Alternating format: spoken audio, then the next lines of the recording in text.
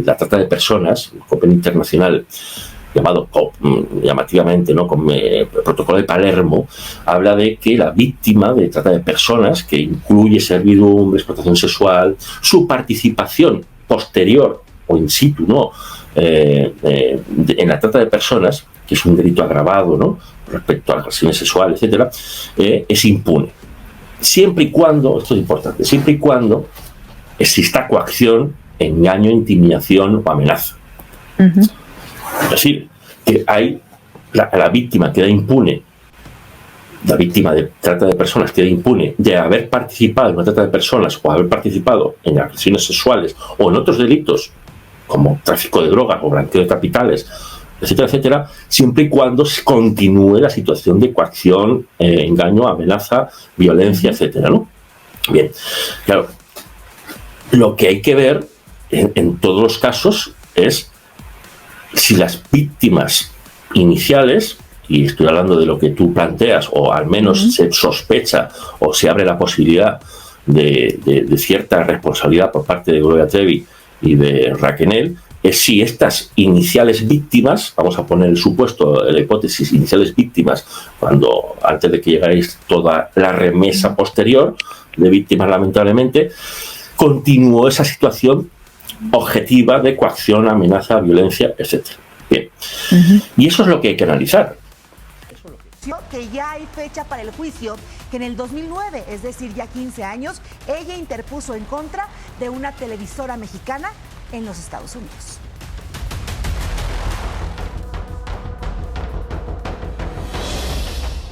Luego de 5 años en prisión, el 21 de septiembre del 2004, Gloria Trevi fue absuelta de los cargos de violación, secuestro y corrupción de menores.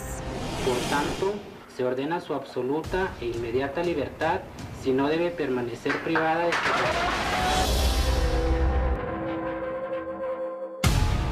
Pero este solo sería el inicio de un laberinto legal del que Trevi sigue sin encontrar salida, porque 5 años más tarde, en 2009, la cantante decidió emprender una demanda por presunta difamación y daño moral en contra de una televisora mexicana en Texas. La cantante alegó que el medio de comunicación emprendió una campaña de desprestigio, la cual no solo la perjudicó a ella, sino a su familia, sobre todo a su hijo, quien era menor de edad entonces, además de dañarla a nivel emocional y económico.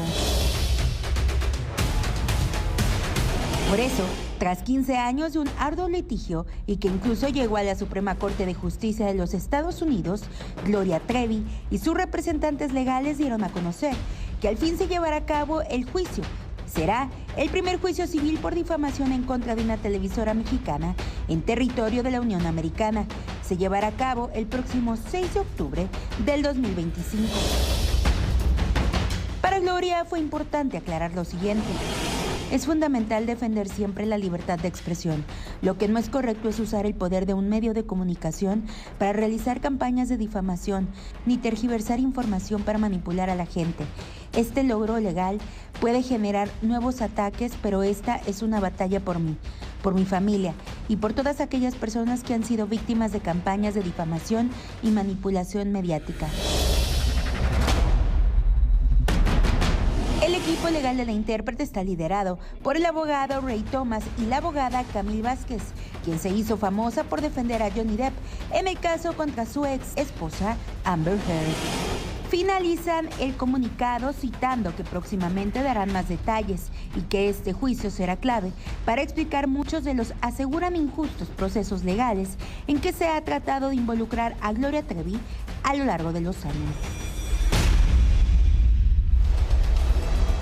Bueno, pues esto será para el próximo año y habrá mucha información al respecto. 15 años hace que se interpuso esta denuncia y este juicio inicia apenas el próximo año. Control mental, aislamiento y violencia. Hoy exploramos cómo documentos escritos bajo coacción podrían cambiar dramáticamente el curso de uno de los casos judiciales más controversiales en la historia del entretenimiento latino.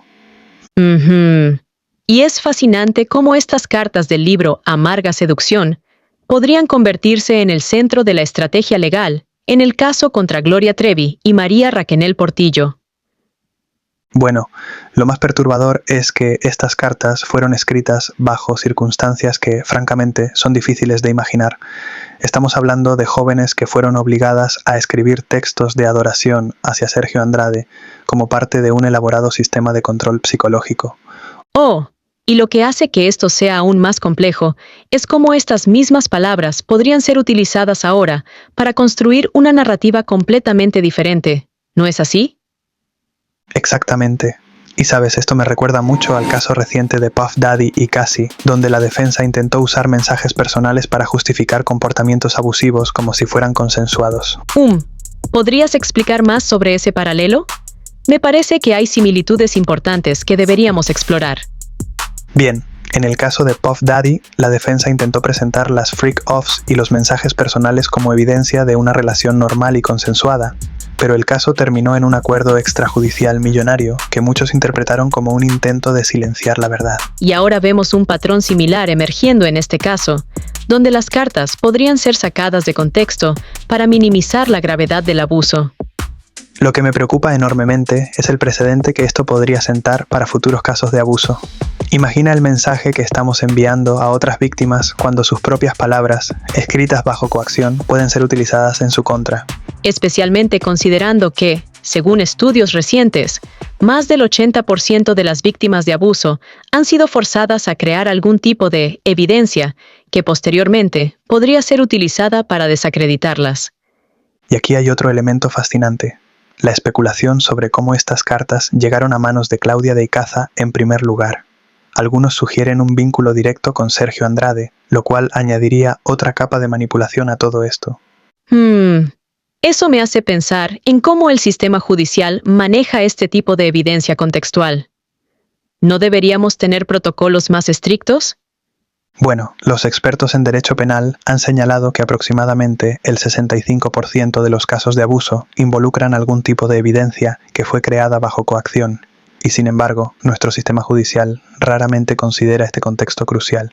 Y esto tiene implicaciones más amplias para la sociedad, especialmente cuando consideramos cómo estos casos de alto perfil influyen en la percepción pública del abuso.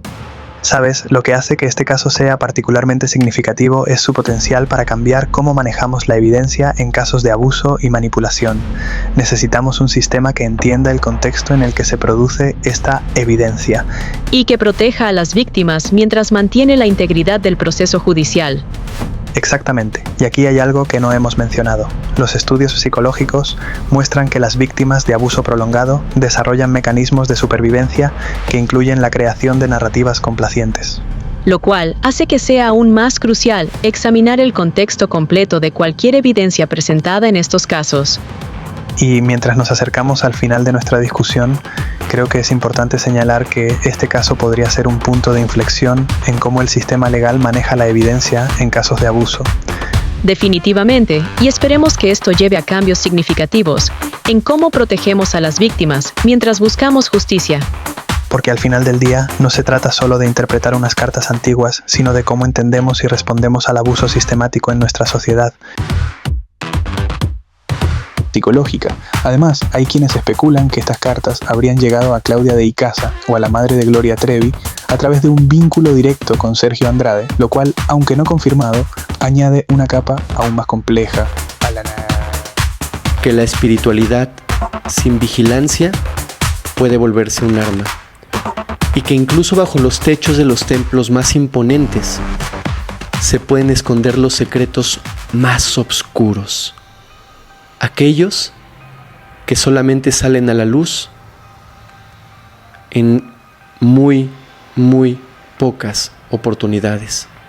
Este no es solo un caso de justicia penal, es un espejo que nos obliga a mirar hacia adentro, a revisar qué estamos dispuestos a permitir en nombre de la fe, a cuestionar hasta dónde llega nuestra fe colectiva cuando alguien habla supuestamente con la voz de Dios.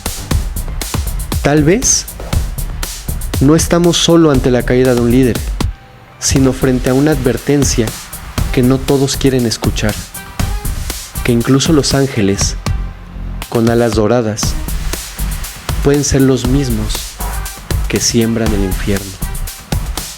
en el nombre del cine.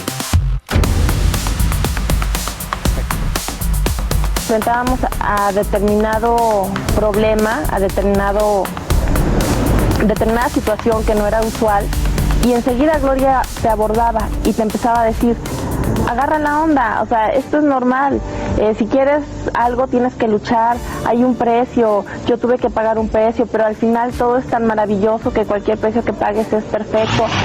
No creas que llegas y al siguiente día te dicen: oye, fíjate que la cosa no es así, fíjate que ni vas a ser artista, ni vas a ser famosa, ni vas a ser feliz, ni te vas a realizar como mujer, vas a ser la esclava de Sergio Andrade, ¿no?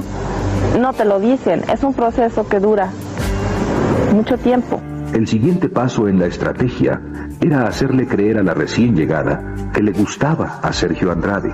Entre todas, ese hombre maravilloso la había escogido justo a ella. Tenía que tomarlo como un gran privilegio. La afortunada aún no asimilaba la noticia cuando se iniciaba otro acto en el montaje. Por ejemplo, se sorprendía a la elegida en alguna falta real o imaginaria y se le venía el mundo encima. Bueno, entra Gloria a mi cuarto y me dice: ¿sabes qué? Quiero hablar contigo muy seriamente. Entra, no sé, en un tono muy alterado.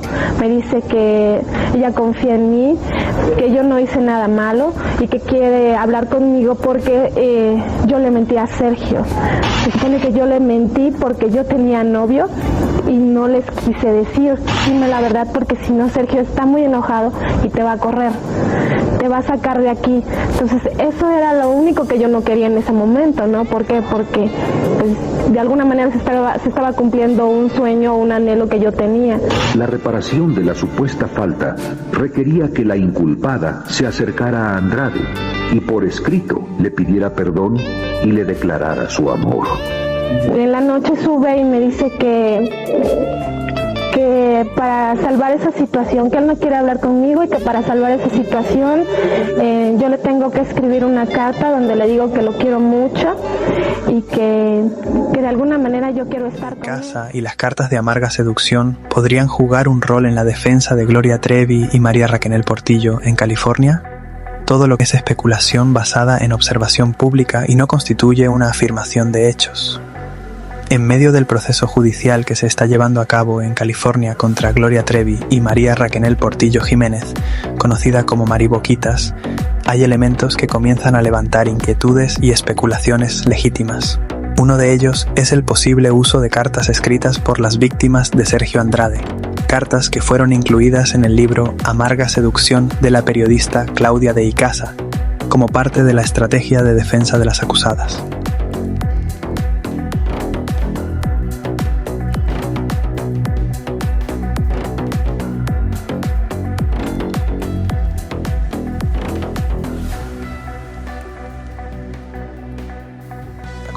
Es especulación basada en observación pública y no constituye una afirmación de hecho. En una ocasión yo estuve en un programa que conducía Gloria Trevi hace muchos años en Televisa, y entonces se acaba el programa y de repente recibimos una llamada, creo que fue de Mari, que Sergio quería hacernos un casting, y entonces pues nos citaron.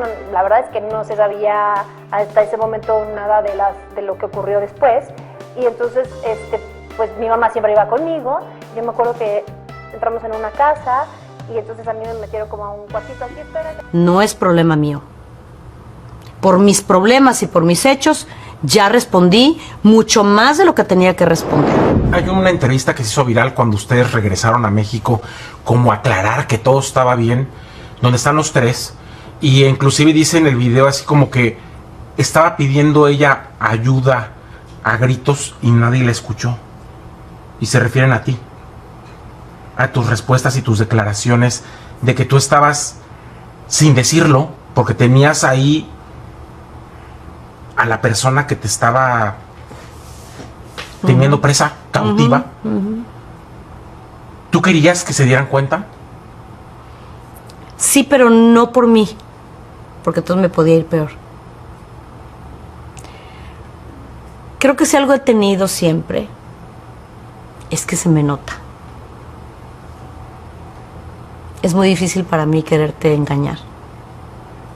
porque mis ojos creo que lo dicen absolutamente todo. Y las personas expertas leen también la expresión corporal y demás. Me urgía que me ayudaran, definitivamente sí. Pero no podía permitirme ser yo la que lo trajera al... ¿Me entiendes? La cárcel te liberó. Claro. Platicas de Ana Dalai, que es el tema yo creo que más fuerte, en el sentido de lo que todo el mundo quiere saber y todo el mundo lo pregunta con morbo y todo el mundo así, ¿qué le pasó a la niña? La metieron una mal... O sea, todo el mundo no lo pregunta con el sentido de decir, una niña no está, correcto. Lo pregunta para saber cosas. Correcto. Gracias por eso. Así es. Es un tema muy fuerte, muy difícil para mí. Y efectivamente ha sido triste cómo la gente por dónde se lo han querido llevar. Yo lo tuve que contar en boca cerrada, porque sin comparar, porque me choca comparar, me choca que comparen, porque todos somos únicos. Me tocó bailar con la más fea, honestamente. Estos meses con muchos nervios y mucha tensión, porque cada día tiene que con lupa elegir lo que me cuenta, lo que no me cuenta, y dónde lo ponemos y dónde no lo ponemos. Estás tratando de decir que hay cosas que te guardaste y que no dije. Para la tercera temporada. Eran hijos y ruinas. Yo fui la voz, fui la canción, la flor que el monstruo puso en vitrina. Canté en la tele con devoción, pero en mi espejo lloraba la ruina. Decían reina, decían luz, y yo callaba bajo el capuz. Nunca fui libre, nunca mandé, pero mandaba sin querer. Yo fui la sombra de su corona, la que barría la piel de las otras.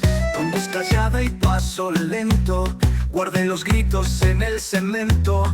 Me hice la piel, me hice la muda, pero sabía lo que se oculta. Decían víctima y yo asentía, aunque mi rol fue compañía. Yo no sabía, solo fui. El silencio aplaudía en el campo. Tuve mi responsabilidad de quedarme callada y ceder, bueno, sí, en lo que me toca. Pero tampoco quise provocar tanta estupidez y tantos comentarios tan malsanos y tan... Yo no sé de dónde sale, ¿verdad?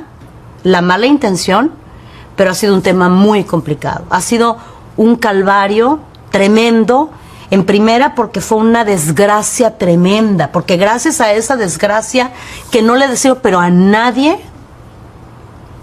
es que yo empecé a desear mi propia muerte, que eso se acabara, porque eso, si eso no te sangolotea y no te dice, pero no entiendes dónde estás, ahí fue donde yo dije, ¿qué más falta después de la muerte de una criatura? Aunque tu mente esté demasiado, ya dices, espérate, reacciona, ¿me entiendes? De verdad que a veces ya no quiero hablar al respecto, honestamente. Lo que tenía que decir lo dije ya. Y de verdad, si puedo pedir algo es piedad, ya, por Dios. Hay un alma que necesita descansar en paz. Y repito de una vez por todas y ya, porque también ya me cansé de tener que explicar algo que no hice. No sé cuál es el afán de quienes sean. Ay, pero que diga, ¿qué quieren que diga si ya lo dije?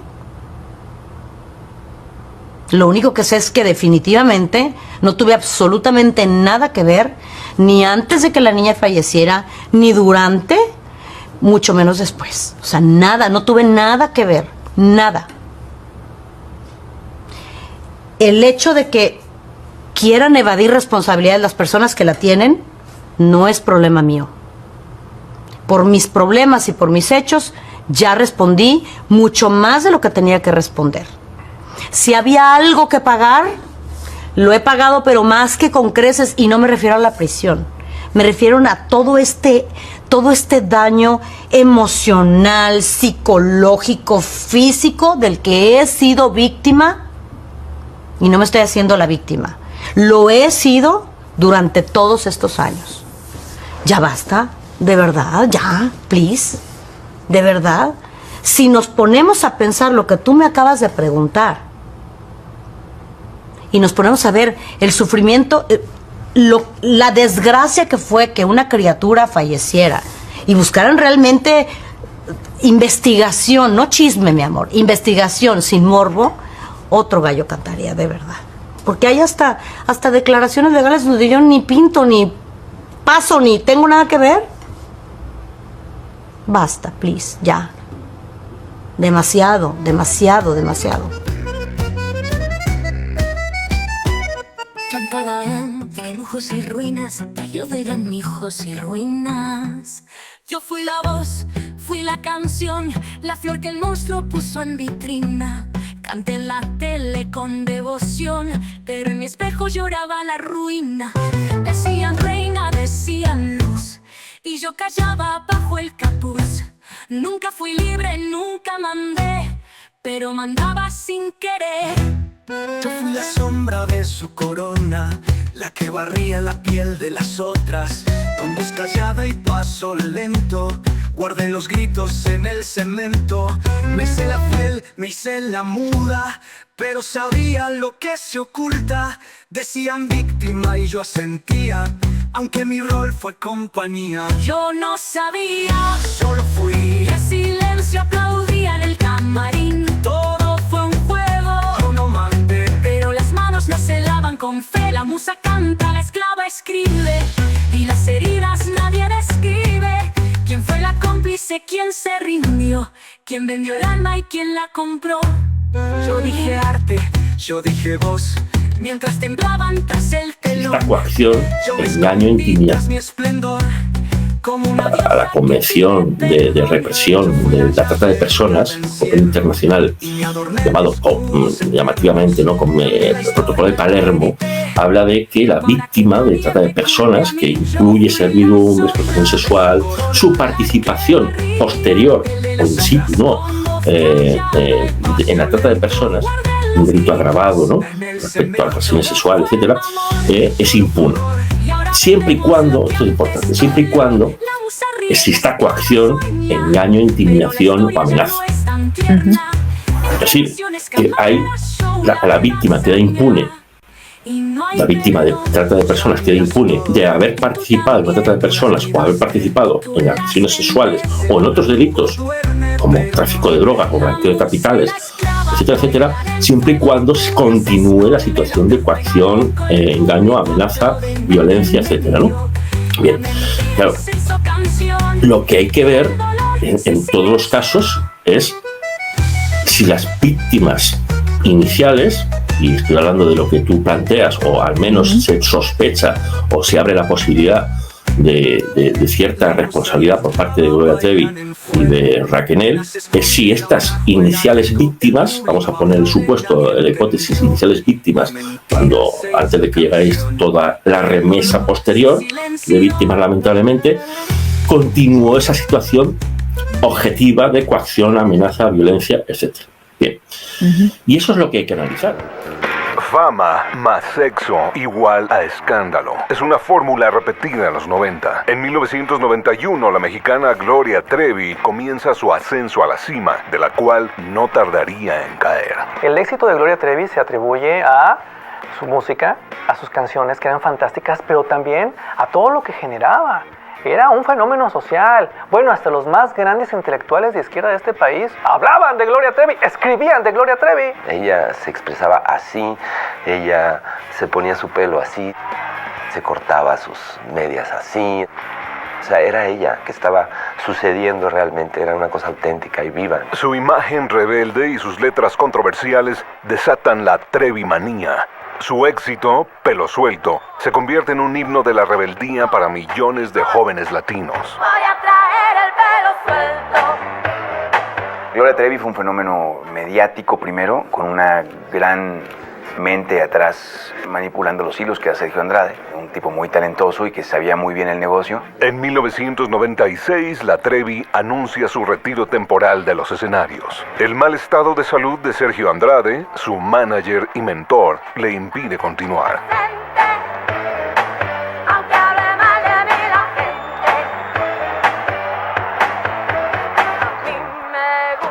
andar de pelo suelto. En 1998, durante el retiro temporal de Gloria Trevi, la ex corista Alina Hernández presenta una demanda en contra de su ex esposo Sergio Andrade por corrupción de menores y publica el libro La Gloria por el Infierno. Mi primer casting a los 13 años y me pide Gloria que me quite la ropa.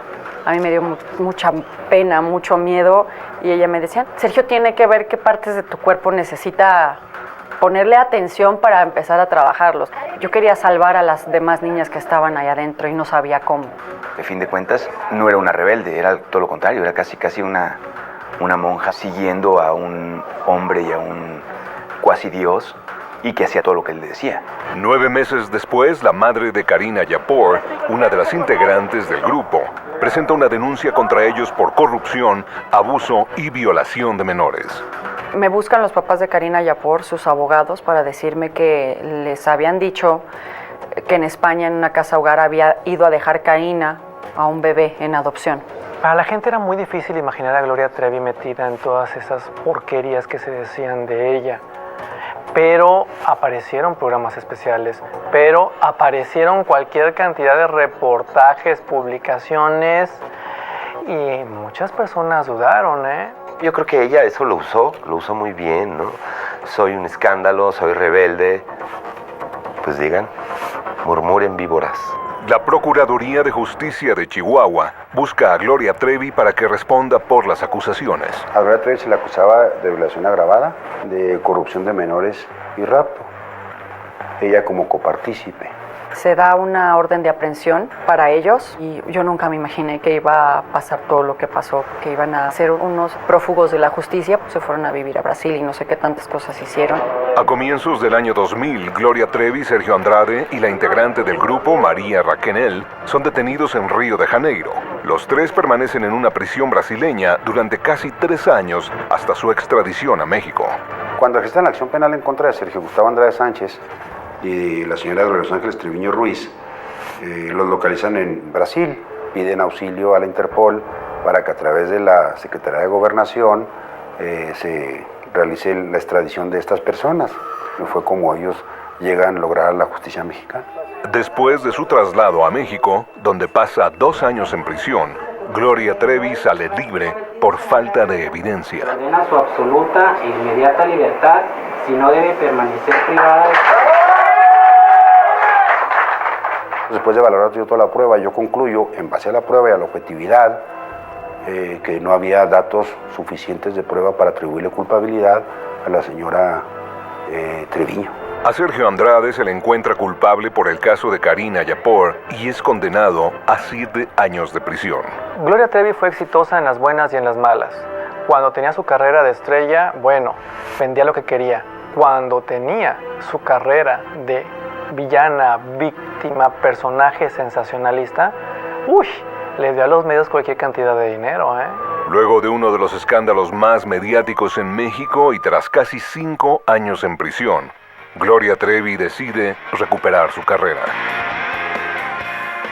La que siempre se encargaba de buscar a las chicas en la casa de los padres y engañar a los padres, y después también hacía esto de llevarlas a... O sea, a mí, ¿quién me saca, Inés, de Argentina, y quién va al consulado americano a sacarme una visa para llevarme de Argentina, no a México, a Estados Unidos?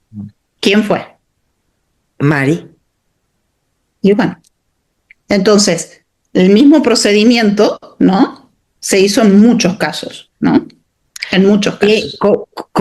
¿Cómo se convirtieron en estas personas? Terribles, de amenazas terribles, que son pruebas, ¿no? Esto se vuelve a repetir ahora nuevamente, ¿no? En mi caso, esta última semana vuelven a salir estos mensajes de ex, ¿no? De, no sé si los has... Esta no me la sabía. Esa no me la sabía. ¿Esta semana salieron mensajes? Sí, mensajes de ex, donde Armando dice, yo no me los sé de memoria, pero él dice que están los recursos, que están las pruebas, y que viene por todas, ¿no? Y que ojo por ojo, diente por diente, lo cual a mí no me da miedo y se lo digo así de claro, porque si él podrá tener los recursos, seguramente tiene los recursos, el poder, el dinero para amedrentar, pagar y lo que sea, pero no tienen la verdad. Que eso, contra eso, no, si no, no estarían con tanto miedo, si no, no actuarían amedrentando a las víctimas, poniendo fotos en Twitter y burlándose de una manera terrible como payasos de las víctimas, de mí, de las otras sobrevivientes. Es terrible, ¿eh? El hostigamiento. Y esto te estoy diciendo, nuevamente lo vuelve a hacer. Nuevamente lo vuelve a hacer con amenazas constantes hacia nosotras. Entonces, lo cual, esas amenazas de Armando son anti-SLAP. ¿Qué significa anti-SLAP?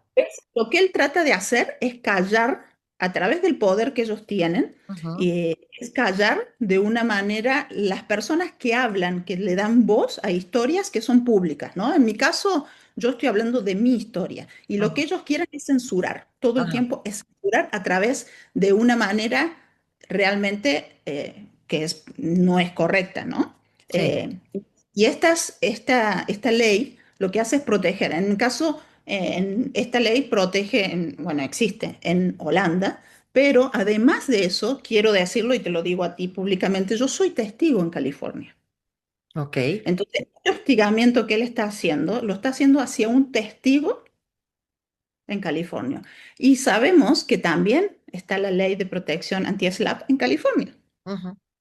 Lo cual ya sabemos también que lo que sucedió con Mari, ¿no? Cuando puso la contrademanda y le jugó en contra. Y perdió y tiene que pagar dinero. Exactamente. Entonces, todos estos procedimientos, lejos de afectarnos a nosotras, ¿sí me entiendes? Nos sirven porque es lo que hace. Lo que Son hace pruebas es y pruebas que ustedes van acumulando y que están en contra de ellos, es definitivamente. reafirmar y es mostrar justamente muchísima palabrería. Por algo hizo lo que hizo.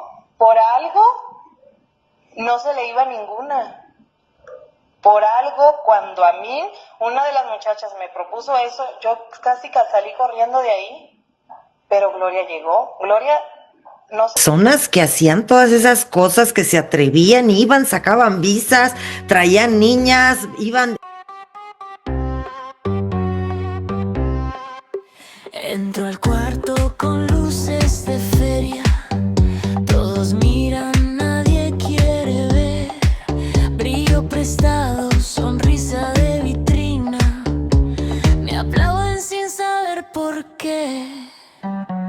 Promesas colgadas del cuello.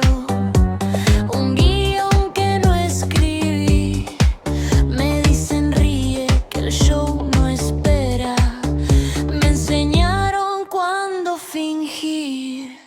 Me pinté la boca de valentía. Me mordí la lengua otra vez. Si pregunto, dicen calla. Si callo, dicen bien. Ah, carcajada de cartón. Suena fuerte, no es verdad.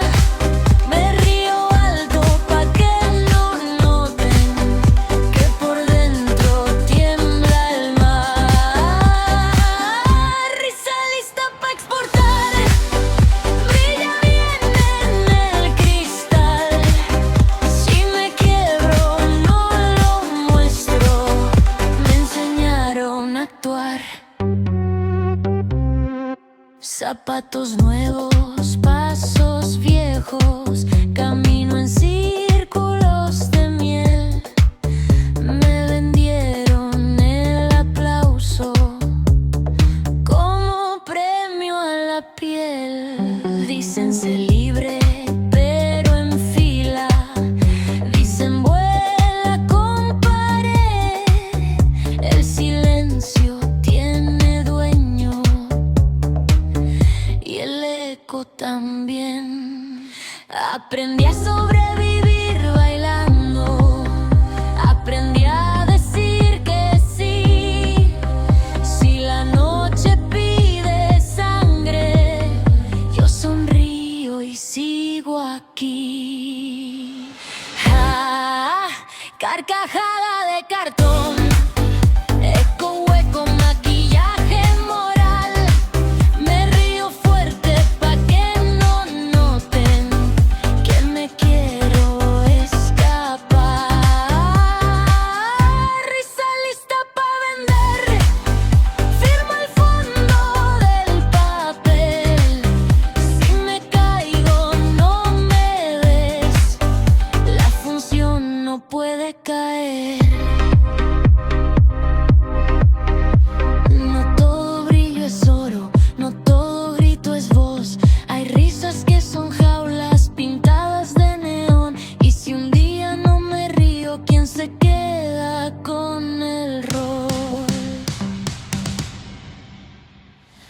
último cora, carcajada de carta.